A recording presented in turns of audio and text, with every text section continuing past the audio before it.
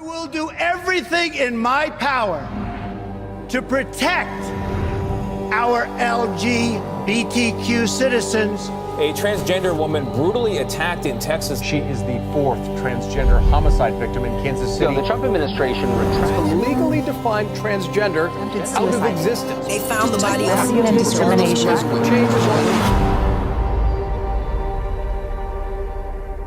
You know what I am? Do you know what I am? A child of God. A child that is deserving of as much love as you. That's who I am. How does it feel to you to think about that you were once detained here at this facility? They thought I was crazy for saying that I was a trans person. I was housed with 100 men. They're males who've been detained for so long, and for them to see a female, it's...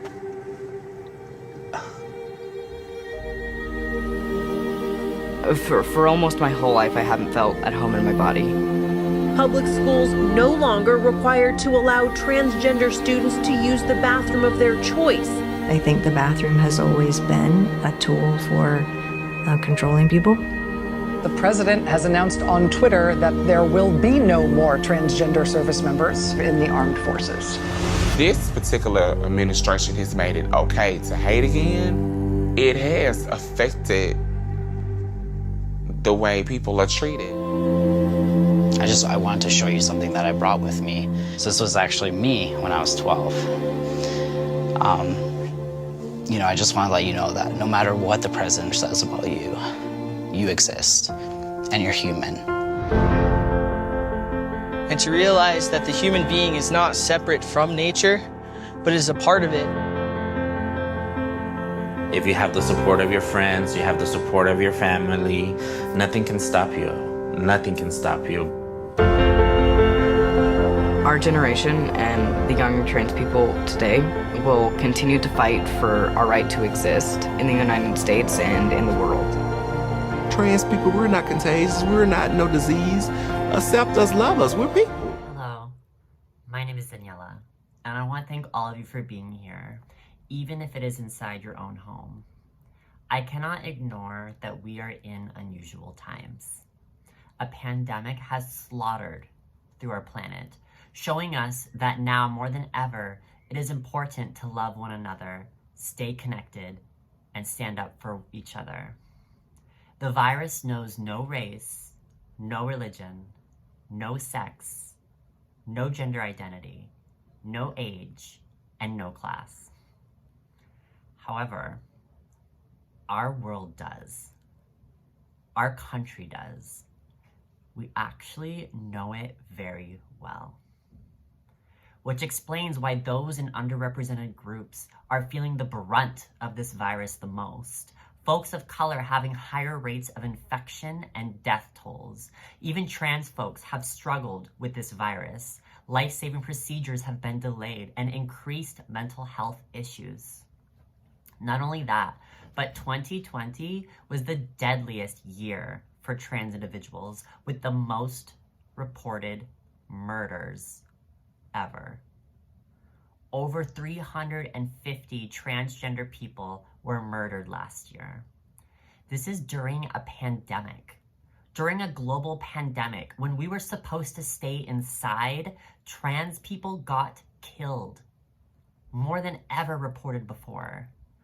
There is a huge issue in our country still of trans violence and trans erasure. I would call it a pandemic of hatred. During the Trump administration, there were over 70 anti-transgender LGBT actions.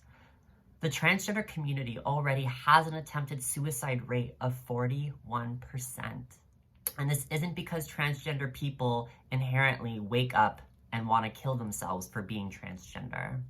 It's because of society's non-acceptance, bullying, harassing, attacking, and murdering. 24% of transgender patients have been refused care at the doctor's office. 50% of transgender patients need to educate their physicians on the appropriate tests and screens that they need. Transgender people are at a higher risk for STIs, depression, cardiovascular problems, substance abuse, homelessness, violence, suicide, and unemployment. Many transgender people are considered lucky to live into their 30s. Our country is in a state of emergency. My community is dying.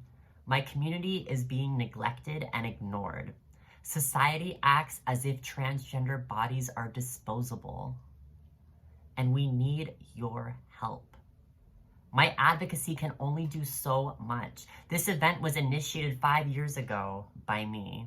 When I first came to the UCSD School of Medicine, I felt very isolated and alone. I would come home after a long day of classes and small group and clinic and just cry in my bedroom.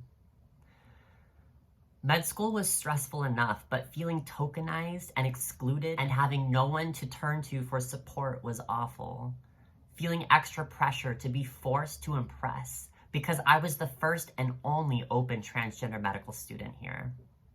I felt like eyes were secretly watching me and yet excluding me from their conversations.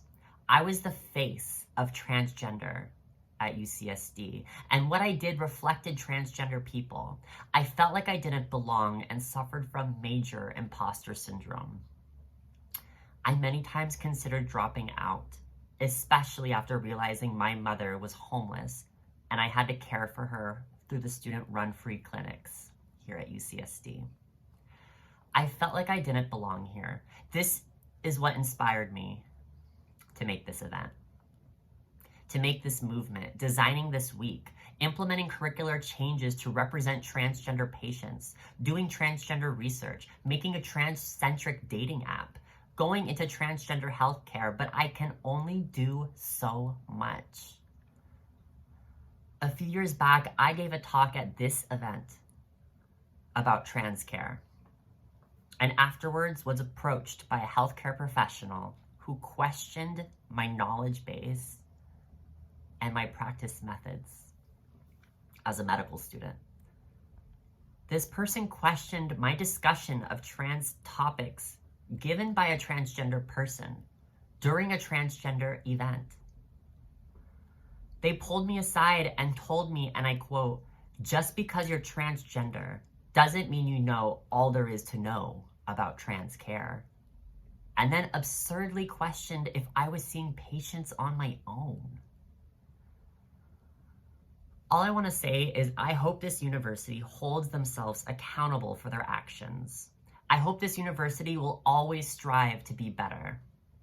Be more inclusive. Give a voice to those who never had one, and they won't sweep issues under the rug. Because my community is dying. This isn't a business plan. This is a reality. My reality. My community's reality. I'm not here telling all of you I know all the answers or that I know all of trans care like the back of my hand, because I don't. I'm also flawed and imperfect. But what I am telling you is we need to do better now. And if no one is going to push for people to learn, then who is? There's only a handful of doctors who advocate for this. If a passionate medical student who understands firsthand the issues, then give her a voice. That was one of many incidents I could cite. Like when I was told by a nurse that I was officially a man while in the ER in pain. When my new therapist was unsure how long I was supposed to take hormones for. When my doctor refused to increase my hormone dosage despite being on the lowest dose for years. Or when I was attacked in the restroom. But things have changed and are changing. My community's issues are now one of the biggest hot button issues in media. It is getting people to talk and debate. And I want to thank all of you for being a part of that conversation this week and encourage you to speak up and speak out. Learn and educate yourself and correct yourself when you find fault, because we are doing better. Under the Biden administration, many of Trump's actions have already been reversed. The first president in history to discuss my community in an acceptance speech. We are seeing tectonic shifts. And I hope you all stay till the end of the week and watch Dr. Marcy Bowers speak. She's a transgender identified surgeon who performs gender-affirming surgeries for transgender patients and patients that have underwent female genital mutilation. She's been on Oprah and the Tyra Banks show. She's given a TED Talk, and she's an inspiration and a mentor of mine. I hope you enjoy this educational and compassionate week. Thank you.